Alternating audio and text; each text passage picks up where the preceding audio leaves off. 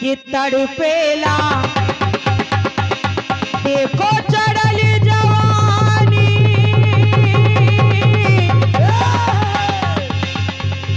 कबले लगन लागी,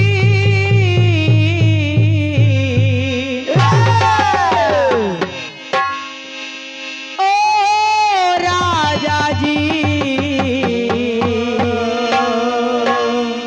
बाजा बाजी की ना बाजी,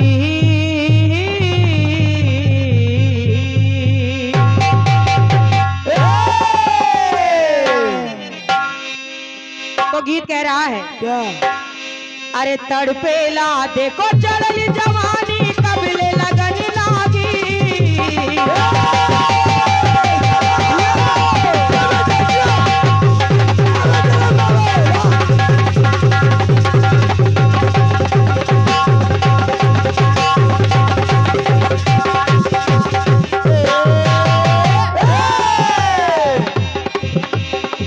तड़पेला देखो चढ़ल जवानी, कबले लगन लागी, अरे ओ राजा जी बाजा बाजी के ना बाजी।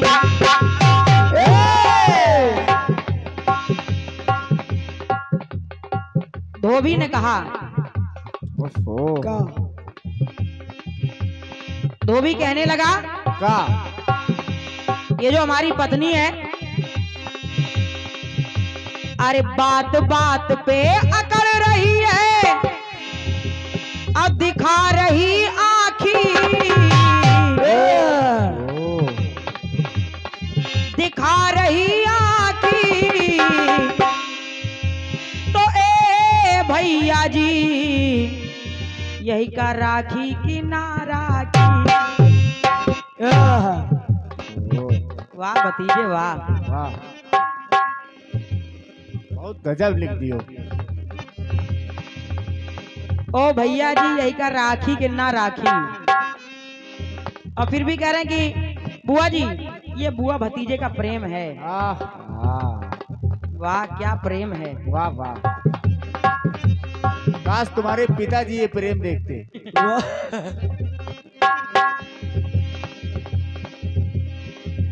ये बुआ भतीजे का प्रेम है। अब हालांकि ना तो ऐसा उस कुछ नारी ने कहा है और ना वो नारी गुस्सा हुई है और ना उसने आंखी दिखाई है। हालांकि वो जब तक वो धोबी गुस्सा करता रहा तब तक उसकी पत्नी हाथ जोड़े केवल खड़ी रही। अब समस्या ये है कि अगर वो आप ये ना कहते कि वो गुस्सा कर रही है, दिखा रही आंखी, और भैया जी यही कर राखी कि ना राखी। अब कुछ मनगढ़ंत बात तो बनानी है, और जब तक आप मनगढ़ंत बात ना बनाते तो हमारा नाम कैसे आता उसमें। ये बात नाम के पीछे पड़ गए। हाँ नाम के पीछे पड़े हैं, गलत छेड़ दिया। जब तक झूठ मूठ कल्पना ना करते मन की तब तक हमारा नाम ना आ पाता। लेकिन हम फिर भी खुश हो रहे हैं। ये पूछो क्यों? क्यों? क्योंकि हमारा नाम इतना अच्छा है कि वो हर जगह प्रयोग हो जाता है। हमारा नाम इतना पवित्र है कि वो हर जगह शामिल हो जाता है। देखिए राखी यानी रखना, ये भोजपुरी भाषा हो गई। राखी की ना राखी। अब एक राखी का मतलब होता है जो भाइयों की कलाई में बांधी जाती है, ये राखी वो भी होती है राखी। बिल्कुल। और एक वो भी होती है राखी जिससे बर्तन मांजे जाते हैं, बर्तन साफ होते हैं जिससे। लेकिन एक राखी और होती है। कौन सी बेटे, कौन सी बता दो। हमारा नाम इतना अच्छा है कि वो हर जगह शामिल हो जाता है, लेकिन अब भगवान जाने आपका नाम इतना अभागा है कि हम क्या कहें। बहुत देर से सोच रहे हैं कि क्या लाएं जवाब में। ये तुम्हारे भैया ने जबरदस्ती नाम रखा है इनका, लेकिन फिर भी हम प्रयास कर रहे हैं, शायद आप लोगों को अच्छा लग जाए। क्योंकि किसी ने कहा है, क्या? किसी ने कहा है कि राखी से ना जाने कितनों के भाग जग गए। भतीजे सुनिए, सुनो। राखी से ना जाने कितनों के भाग जग गए। क्योंकि कुछ पहुंचे हुए बाबा लोग आते हैं, एक चुटकी राखी दिले बच्चा कल्याण हो जाएगा। निकालो 51 रुपए निकालो। तो मेरा कहना है कि राखी से ना जाने कितनों के भाग जग गए और राखी से ना जाने कितने लोग ठग गए। कुछ ढोंगी बाबा भी आते हैं, झूठ मूठ के राखी दे लो बच्चा 500 निकालो लाओ। तो कहना कि राखी से ना जाने कितनों के भाग जग गए और राखी से ना जाने कितने लोग ठग गए। ताबीज में भर के पहन लो राखी को, ताबीज में भर के पहन लो राखी को, राखी से तुम्हारे जैसे ना जाने कितने भूत भग गए। क्या बात है बेटे, क्या बात है, वाह। और फिर कह रहे हैं कि राखी को हल्के में ना लेना। आइए प्रयास सुनिएगा मेरी ओर से, ध्यान दें।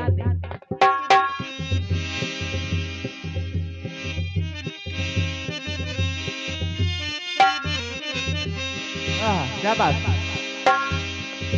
अब देखिए वो बार बार धोबी यही कह रहा था कि भैया यही का राखी कितना राखी, क्योंकि मैं वो राम नहीं हूँ जो इतने दिनों सीता लंका में रही है और फिर भी उन्होंने अपने पास रख लिया उनको।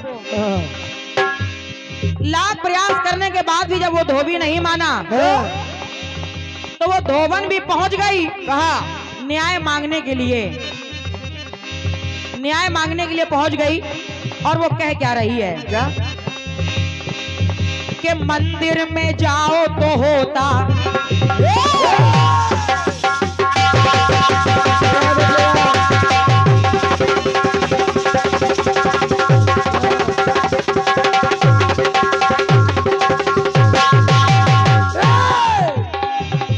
मंदिर में जाओ तो, अरे मंदिर में जाओ तो होता तारन तरन है, और अरे प्रभु को मनाओ तो होता संकट हरण है।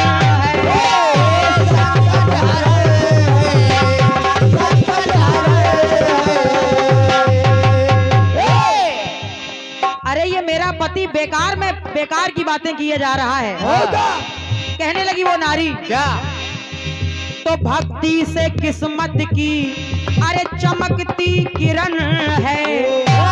सुनिए कि भक्ति से किस्मत की चमकती किरण है। और सुनिए कि मंदिर में रहना मेरा, अरे मंदिर में रहना रात का होता यतन है।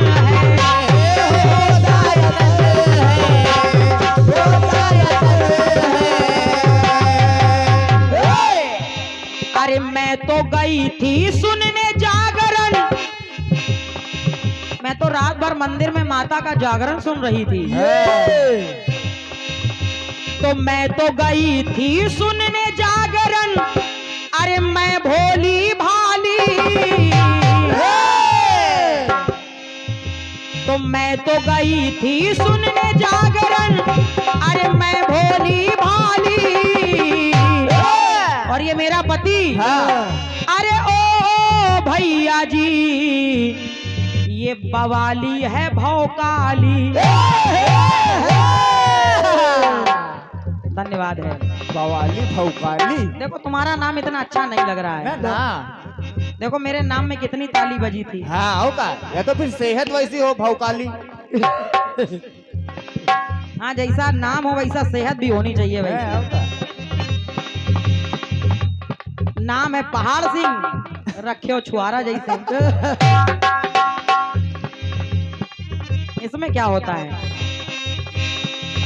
अरे मैं तो गई थी सुनने जागरण, मैं भोली भाली। अरे ओ भैया जी ये बवाली है भौकाली। ये बवाली है भौकाली।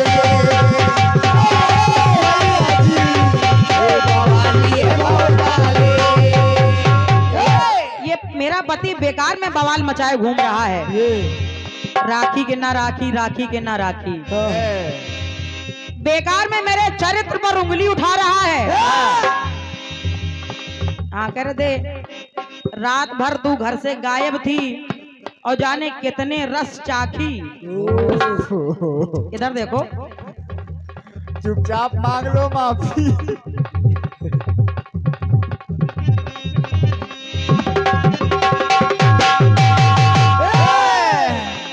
अब पूरी रात से बुआ जी बुआ जी बुआ जी, और बाद में बुआ जी एक तरफ हो गई है राखी।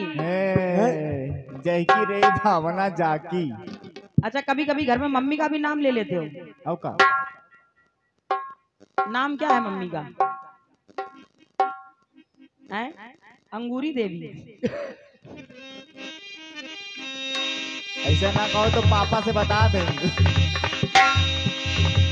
तो मैं तो गई थी सुनने जागरण, मैं भोली बाई। अरे हो भैया जी, ये बवाली है भौकाली। भैया जी, बवाली है भौकाली। बवाली है भौकाली। ओ भैया जी, ये बवाली है भौकाली।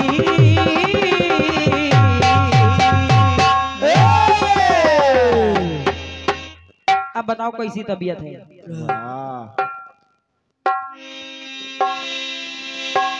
एक गीत आप लोगों ने और सुना है।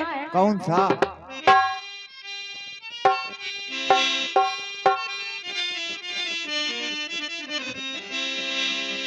दाबिदा कमरिया हो राजा, दाबिदा कमरिया, के दाबिदा कमरिया हो राजा, दाबिदा कमरिया, दाबिदा कमरिया हो राजा, दाबिदा कमरिया, दाबिदा कमरिया राजा, दाबिदा कमरिया।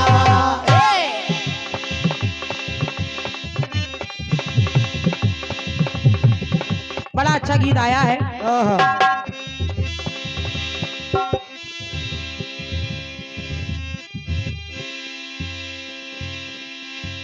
बाबा भोलेनाथ का सामना करने के लिए जब कामदेव जी आए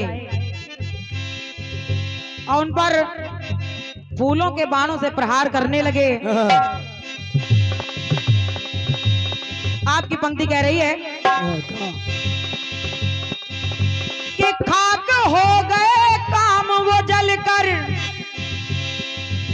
और सूनी भई डहरिया। अरे सूनी भई डहरिया। इसलिए तो तीसरी नजरिया घातक, तीसरी नजरिया। और इसके बाद जब कैकेयी ने वरदान मांग लिए कि राम को वनवास जाना है 14 वर्षों के लिए, तो पंक्ति कह रही है कि तीसरी मेहरिया घातक, तीसरी मेहरिया। देखिए, मैं भी आपको यही बात बताऊंगी, बस अंतर इतना है कि आपके गीत में गिनती लगी है, मेरे गीत में गिनती नहीं है। मेरे जवाब में गिनती नहीं है। सुनिए सुनिए।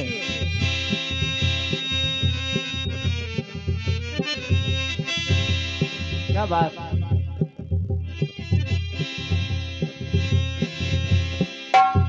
और बात उस समय की है तो इंद्र ने सगर सुतों का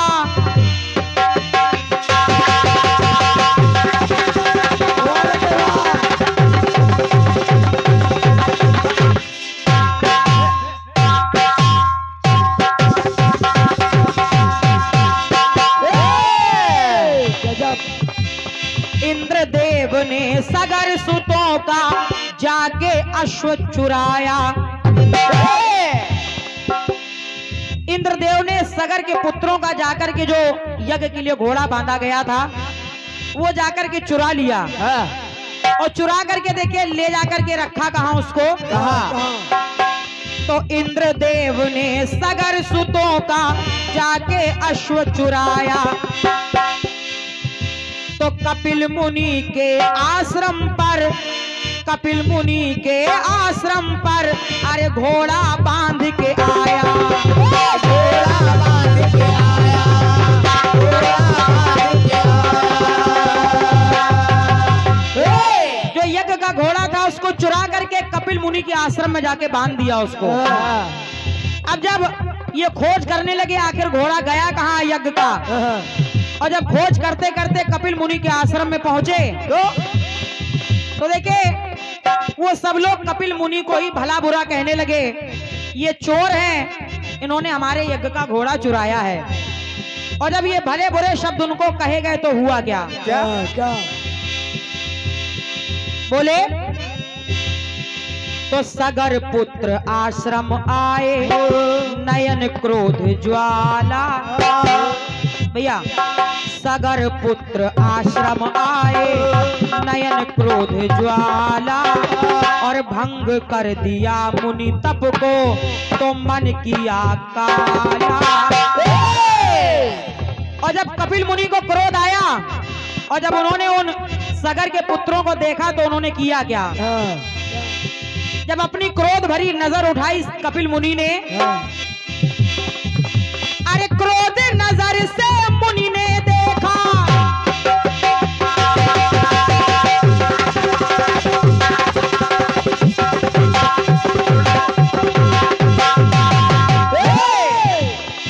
भतीजे सुन लेना, अरे क्रोध नजर से मुनि ने देखा और की है नहीं अबेरिया। जरा भी देर नहीं लगाई, तो क्रोध नजर से मुनि ने देखा की है नहीं अबेरिया। और जैसे ही क्रोध भरी नजरों से उनके पुत्रों को देखा तो 60,000 पुत्र जलकर के भस्म हो गए। इसलिए मेरी पंक्ति कह रही है क्या, अरे हो गई नजरिया घातक, हो गई नजरिया। बस अंतर इतना कि आपके में गिनती लगी, मेरे में गिनती नहीं है। सुने आप, तो नाही की है अबरिया, हो गई नजरिया घातक, हो गई नजरिया, हो गई नजरिया घातक, हो गई नजरिया, हो गई नजरिया घातक, हो गई नजरिया घातक कपिल मुनि की। आइए अब देखें दूसरी बात, तो सौतेली माता ने ध्रुव को गोद से नीचे उतारा।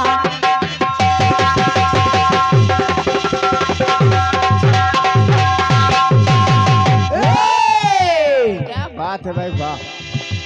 हाँ सही कह रहे हैं आप। देखो जवाब ऐसे लाया जाता कि सुनने वाले अपने आप समझ जाएं कि क्या लाने वाले हैं। ये ओका।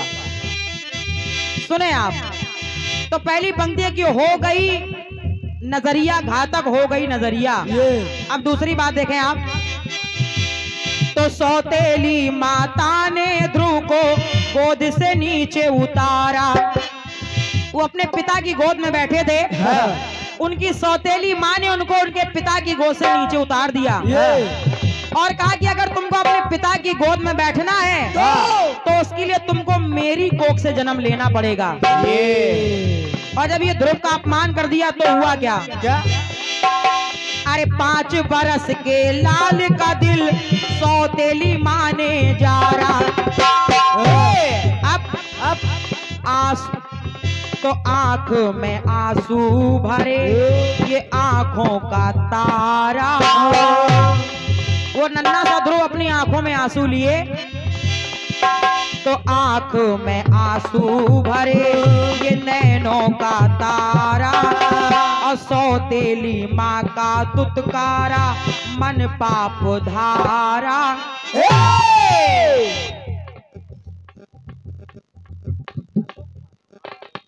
भैया हमारे श्री अशोक कुमार यादव जी घर मालिक, आपके करकमलों से ये बहुमूल्य 101 मुद्राओं का आशीर्वाद आया है। क्या बात।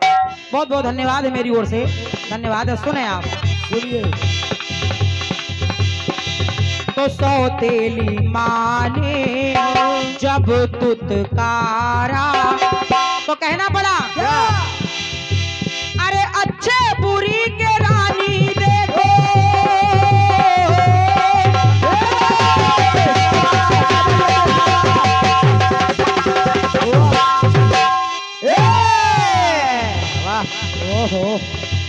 जब राजा ने देखा कि मेरे पुत्र को मेरी दूसरी पत्नी ने मेरे गोद में नहीं बैठने दिया, हाँ। और इसी के कारण मेरा नन्हा सा बालक तपस्या के लिए जंगल में चला गया है, तो देखिए राजा मन ही मन दुखी होने लगे और कहने लगे क्या? अरे अच्छे बुरे की रानी सुरुचि को अरे नहीं रही खबरिया। तो भतीजे हाँ। राजा सोचने लगे आज ये हाँ। अरे हो गई मेहरिया घातक, हो गई मेहरिया,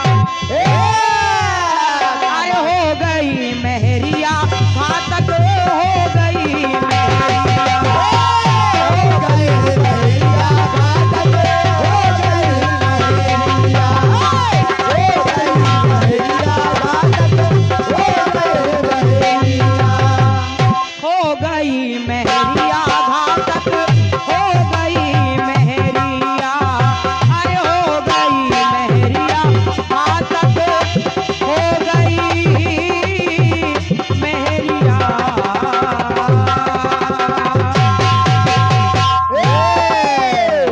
बोलिए सच्चे दरबार की जय हो।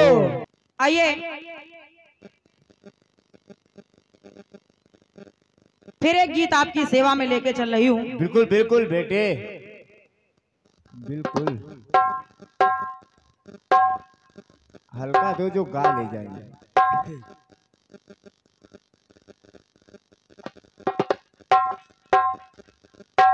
चलिए अब थोड़ा सोच रहे हैं कि कुछ ऐसे गीत भी हो जाएं जिनको लिखना ना पड़े। मुझे यही कह रहे हैं कि बुआ जी हम अपनी तरफ से कुछ ऐसा नहीं गाएंगे जिससे बुआ जी को परेशान होना पड़े। ओहो। तो जब भतीजा परेशान नहीं कर रहा तो बुआ कैसे परेशान बिल्कुल करें? बिल्कुल बिल्कुल हल्का गाओ, ये कोरस वाले भी जवाब बना दें।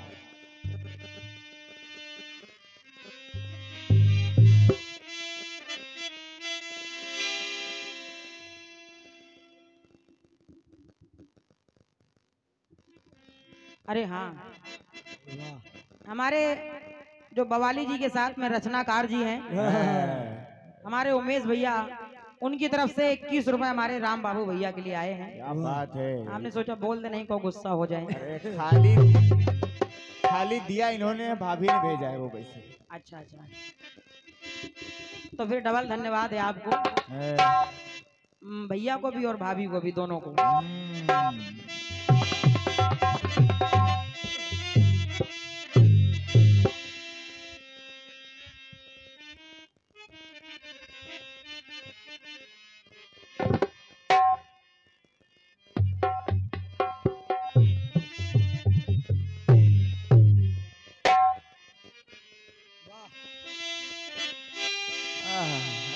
क्या बात।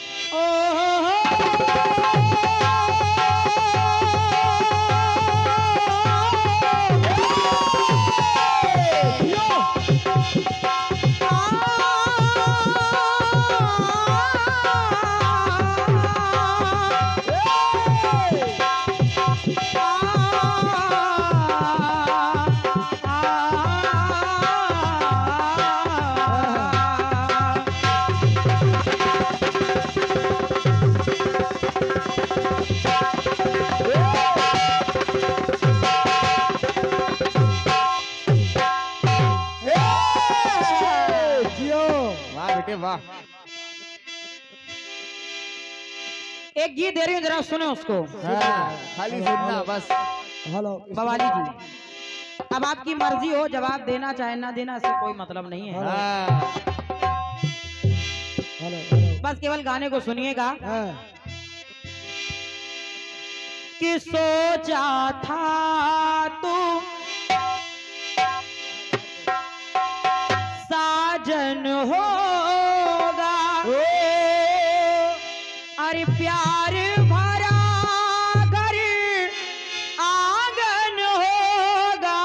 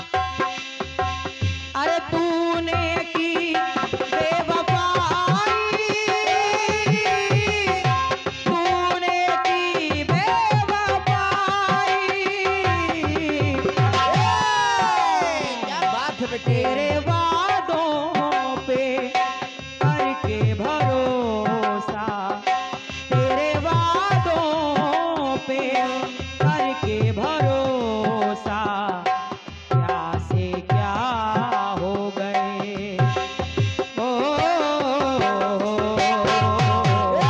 क्या से क्या हो गए।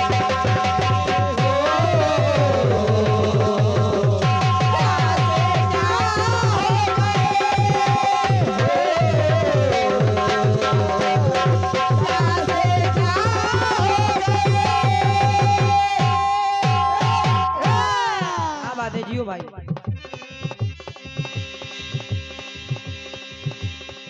लेकिन मेरे गाने को सुने आप।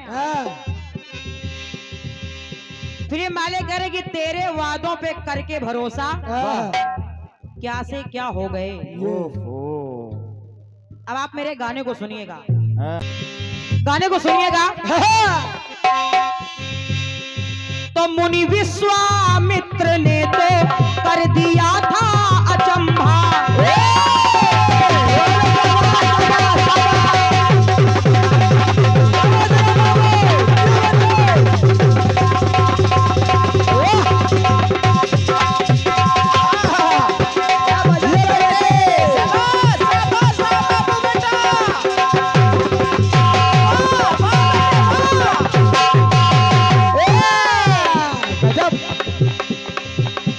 मुनि विश्वामित्र जी ने क्या किया, कि मुनि विश्वामित्र ने तो कर दिया था अचंभा, कि 100 वर्षों के लिए शिला वो बन गई रंभा।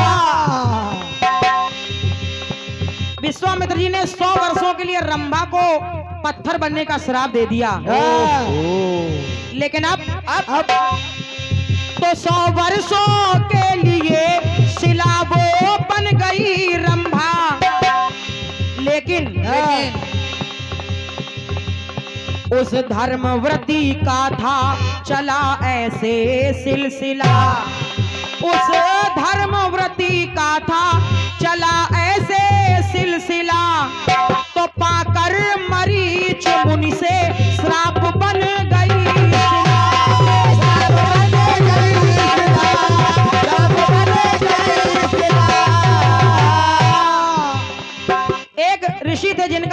मरीच मुनि, उन्होंने भी अपनी पत्नी को पत्थर बनने का श्राप दिया था। और एक बड़ी चर्चित कथा आप सभी लोग जानते हैं क्या? क्या कहने लगे क्या?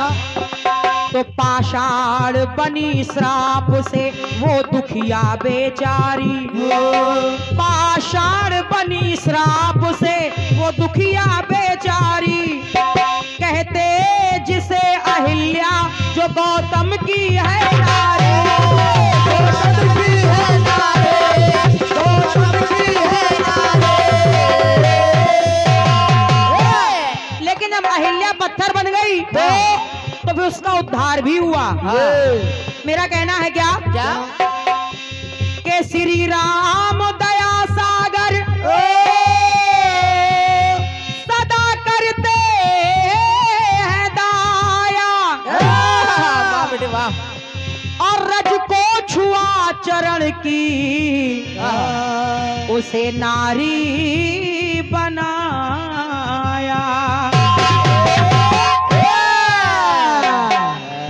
अहिल्या पत्थर बन गई थी, भगवान श्री राम ने अपने चरणों की रज लगा करके उसको फिर से नारी भी बना दिया। लेकिन कुछ और ऐसे पात्र मैं आपको बता रही हूँ। इनके अलावा आदरणीय बवाली जी सुने आप इसको। सुनिए, ये जवाब अपने मन से मत देना। अब देखें आप, सोचा ना था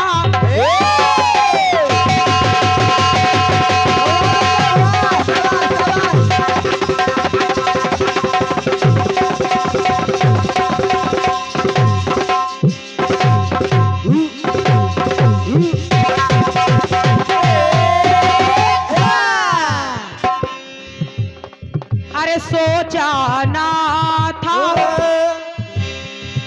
रावण पे धाया। जब माता जानकी को रावण लेके जा रहा था तो बिना कुछ सोचे समझे, जबकि वो जानता था कि मैं रावण से जीत नहीं पाऊंगा, लेकिन फिर भी तो सोचा ना और रावण पे धाया, जान की बाजी अपनी लगाया। तो राम कहने लगे क्या कि मेरे कारण कष्ट उठाया। क्या बात है बेटे वाह। किसने? किसने? अरे मेरे कारण कष्ट उठाया तो राम ने हाथों से सहलाया। बहुत अच्छे, वाह बेटे वाह, क्या भाव है। वो जटायु जानता था कि मैं रावण से नहीं जीत पाऊंगा, लेकिन फिर भी अपनी पुत्री, जो पुत्री का भाव रखता था सीता के प्रति, अपनी पुत्री को बचाने के लिए रावण पर झपटा, लेकिन अपने दोनों पंख भी कटा डाले, घायल भी हो गया, मरने की स्थिति में आ गया, लेकिन फिर भी उसने अपना धर्म निभाया। तो जब भगवान श्री राम ने उसको इस अवस्था में देखा तो वो सुग्रीव से बताने लगे, बोले क्या कि मेरे कारण कष्ट उठाया, राम ने हाथों से सहलाया। तभी बोल उठे धनुधारी, बोल पड़े यो रघुराई। क्या बोले? कि बदल गई है मेरे हाथों से छूने से भैया, अरे बदल गई है जीवन रेखा, बदल गई है जीवन रेखा। और जटायु का वज्र का तन हो गया, वज्र का तन हो गया।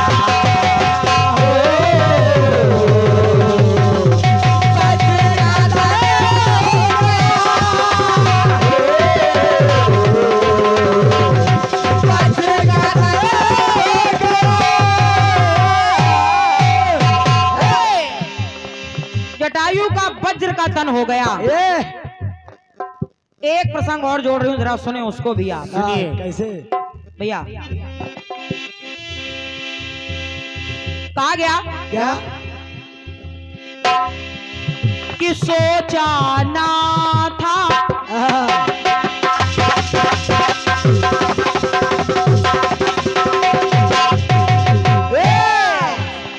अरे सोचा ना था ये कपिवर होगा, अरे समझा कोई ये निश्चर होगा। ये कौन कह रहा है? कौन? जिस समय हनुमान जी महाराज, क्योंकि पंक्ति कही जाती कि बाल समय रवि भक्ष लियो तब तीनों लोग भयो अंधियारो, ताहि सो त्रास भयो जग को यह संकट काहू सो जात न टारो। तो देवन आन करी विनती तब छाड़ दियो रवि कष्ट निवारो। तो को नहीं जानत है जग में कपि संकट मोचन नाम तिहारो। हनुमान जी महाराज जब सूर्य का भक्षण करने के लिए चल पड़े और जब देखा तो इंद्र ने अपने वज्र का प्रहार कर दिया हनुमान जी महाराज पर। और जब पवन देव ने देखा कि इंद्र ने मेरे नन्हे से बालक पर वज्र का प्रहार किया है, तो पवन देव ने सारे सृष्टि से अपने तेज को समेट लिया। अब कहीं पर भी जरा सी भी हवा नहीं चल रही है। सारे प्राणी जीव जंतु सब सांस लेने के लिए तरसने लगे, मरने लगे। अब सारे देवताओं ने जाकर के पवन देव से क्षमा मांगी।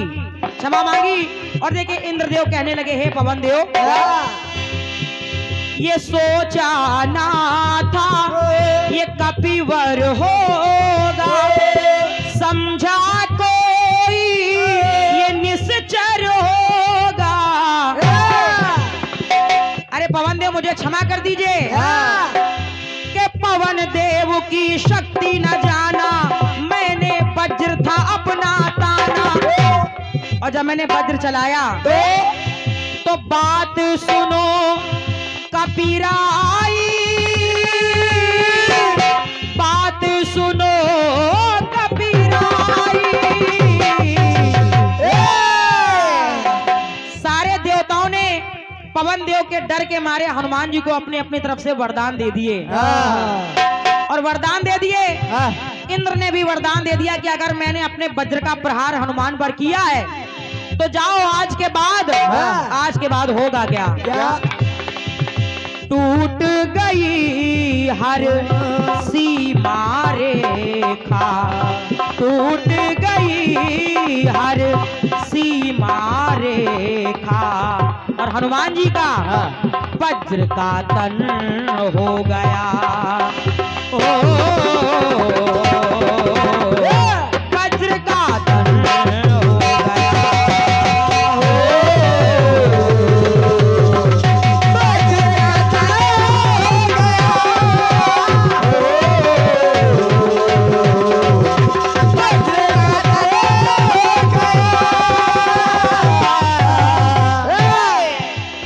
और जब हनुमान जी का वज्र का तन हो गया तो उनका एक नाम भी पड़ गया बजरंग बली। क्या बात है, समझते रहिए।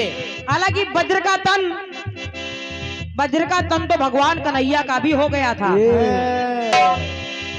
जब उन्होंने दुर्वासा मुनि की वो जूठी खीर अपने शरीर पर लगाई, क्योंकि कहा था मुनि ने कि इस खीर को अपने सारे शरीर पर लगा लो तो तुम्हारा शरीर भी वज्र का हो जाएगा। लेकिन कन्हैया ने वो खीर अपने सारे शरीर पर तो लगा ली, लेकिन अन्न का सम्मान करते हुए पांव के तलवों में नहीं लगाई थी। क्या बात है बेटे, वाह। और जब पांव के तलवों में नहीं लगाई तो वही त्रेता का बाली जब द्वापर में बहेलिया बनकर आया और जब बाण चलाया तो उसका बाण सीधा कन्हैया के तलवे में जाके लगा, जिससे कन्हैया का मरण हुआ था। लेकिन अंतिम पंक्ति जोड़ रही, जरा सुने आप उसको। अब यहाँ कौन कह रहा है? कौन? कि नयन मेरा सन जीवन होगा,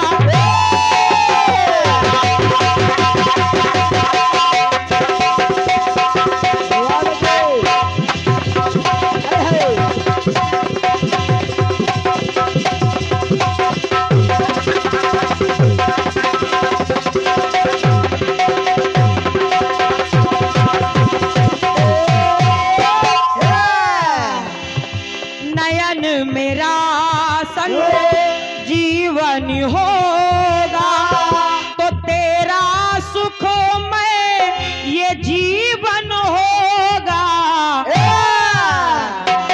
ये किसने कहा? किसने? गांधारी ने। ये गांधारी। गांधारी दुर्योधन से बोली, दुर्योधन आज मैं अपने आंखों से पट्टी उतारूंगी और मेरा तुमसे निवेदन है कि तुम मेरे सामने नग्न अवस्था में आ जाना और जब मैं तुम्हारे शरीर को अपने नेत्रों से देख लूंगी तो तुम्हारा पूरा शरीर वज्र का हो जाएगा। लेकिन हुआ क्या? जब गांधारी ने दुर्योधन को नग्न अवस्था में बुलाया तो दुर्योधन नग्न अवस्था में चला जा रहा था। रास्ते में कन्हैया मिल गए, बोले कहाँ जा रहे हो? इतने बड़े हो गए हो, कहाँ जा रहे हो? कहाँ जा रहे हो? दुर्योधन बोला माँ के पास जा रहा हूँ, माँ ने बुलाया है। कन्हैया ने अपनी चाल चल दी, बोले इतने बड़े हो गए और ऐसी अवस्था में माँ के सामने जाओगे, शर्म नहीं आ रही है? पगला कहीं का। ऐसी अवस्था में माँ के सामने जाओगे? वो भी इतने बड़े हो गए हो। अरे बालक होते तब भी चल जाता। और जब ये बात कही तो दुर्योधन को कुछ शंका होने लगी, बोले बात तो सही कह रहे हैं। तो दुर्योधन ने उतने हिस्से पर केले के पत्ते लपेट लिए और जब केले के पत्ते लपेटकर गांधारी के सामने पहुंचा और जैसे ही गांधारी ने पट्टी को खोला तो गांधारी बोली कि मैंने तुझको नग्न बुलाया पर तुझको किसने पाठ पढ़ाया? मैंने तुझे नग्न अवस्था में बुलाया था लेकिन तुझसे ये किसने कह दिया कि केले के पत्ते लपेट लेना? मैंने तुझको नग्न बुलाया, तुझको किसने पाठ पढ़ाया? बोल उठी यूं माई, बोल उठी यूं माई। लेकिन अब जब जितने स्थान पर केले के पत्ते लिपटे थे उतने में तो कुछ नहीं हुआ। बाकी में नजर से जितने, नयन से जितने बदन को देखा, जितने बदन पर गांधारी की नजर पड़ गई उतना नयन से जितने बदन को देखा उतना वो वज्र का तन हो गया।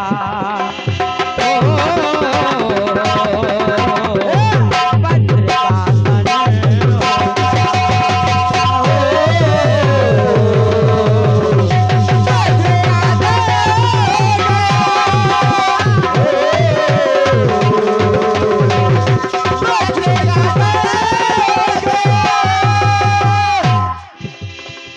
वो वज्र का तन हो गया।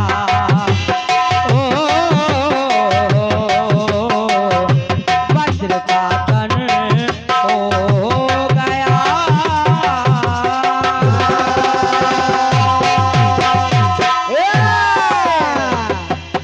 ये रहा मेरी ओर से एक गीत। इसका जवाब तो पटाख से आ जाएगा। आइए एक टुकड़ा छोटा सा दे रही हूँ। अब आपने भोजपुरी गाया तो हम भी सोच रहे हैं कि हम भी एक भोजपुरी गा दें। क्यों?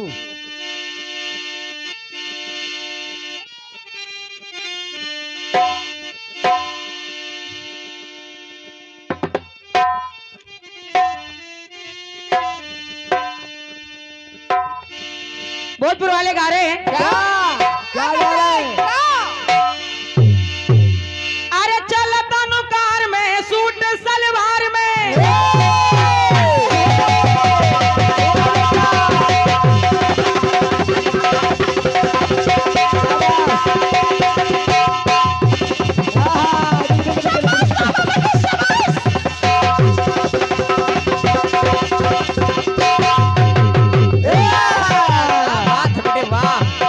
चल तनुकार में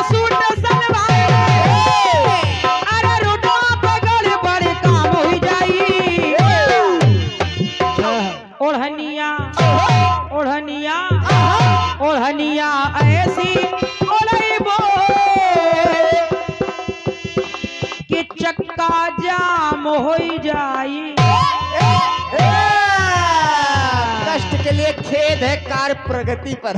ये ओढ़निया ऐसी ओढ़इबो के चक्का जाम होई जाए। ओढ़निया ऐसे ओढ़इबो के चक्का जाम होई जाए। ओढ़निया ऐसे ओढ़इबो के चक्का जाम होई जाए। एक बार की बात, एक बार की बात, एक जंगल में शेर था। भतीजे सुनो, सुनिए। एक बार रावण और मंदोदरी आमने सामने खड़े थे, जैसे आज हम और तुम खड़े हुए हैं। ये तो बैठे हैं, खड़े कहाँ? मतलब अभी खड़े हो जाएंगे खड़े, तो हम बैठ जाएंगे। तो दोनों लोग आमने सामने थे। अब थोड़ी देर के लिए आप लोग हमें रावण समझ लीजिए, इनको मंदोदरी समझ लीजिए। ये बात आओगा बेटा, सेहत भी तुम्हारी रावण से मिल रही। थोड़ी देर के लिए मान लीजिए। और का मंदोदरी बोली, महाराज स्वामी, मैं जानती हूँ कि आप बहुत बड़े वीर योद्धा हैं, बहुत बड़े बवाली हैं, बहुत शक्तिशाली हैं। लेकिन महाराज ये भी ना भूलिए कि जिनसे आप दुश्मनी कर रहे हो वो परमात्मा के अवतार हैं। रावण को ये सुन के बड़ा गुस्सा आया।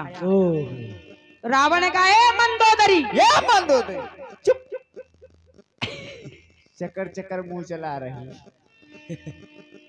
मुझे तू क्या बेवकूफ समझ रही है? अरे मैं तो स्वयं 4 वेद 6 शास्त्र 18 पुराणों का ज्ञाता हूँ। का बेटा ऐसे थोड़ी ना। तू मुझे क्या ज्ञान दे रही है? और सुन, तू जितने राम की बड़ाई किए जा रही है, सुन मेरी बात, सुन मेरी बात।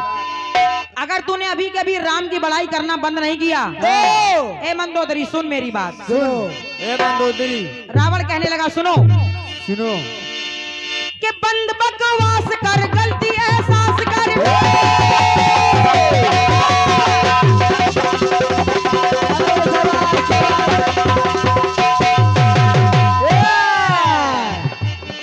ए मंदोदरी, मंदोदरी, अरे बंद बकवास कर, गलती एहसास कर, वरना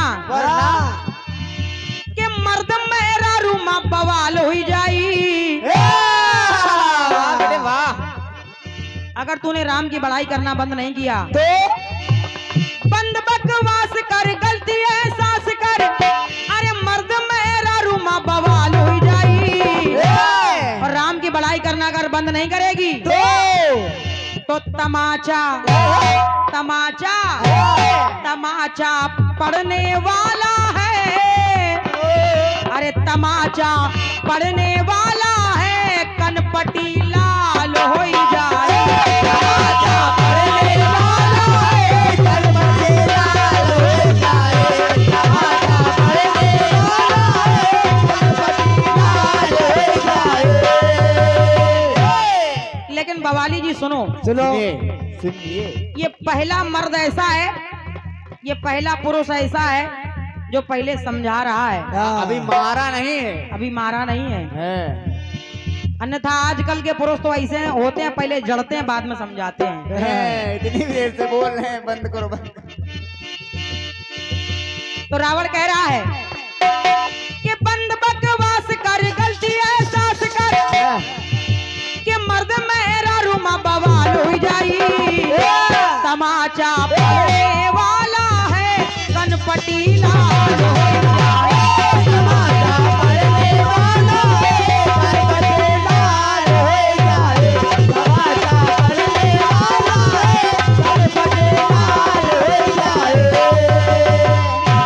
तमाचा पड़ने वाला है, कनपटी लाल हो जाए।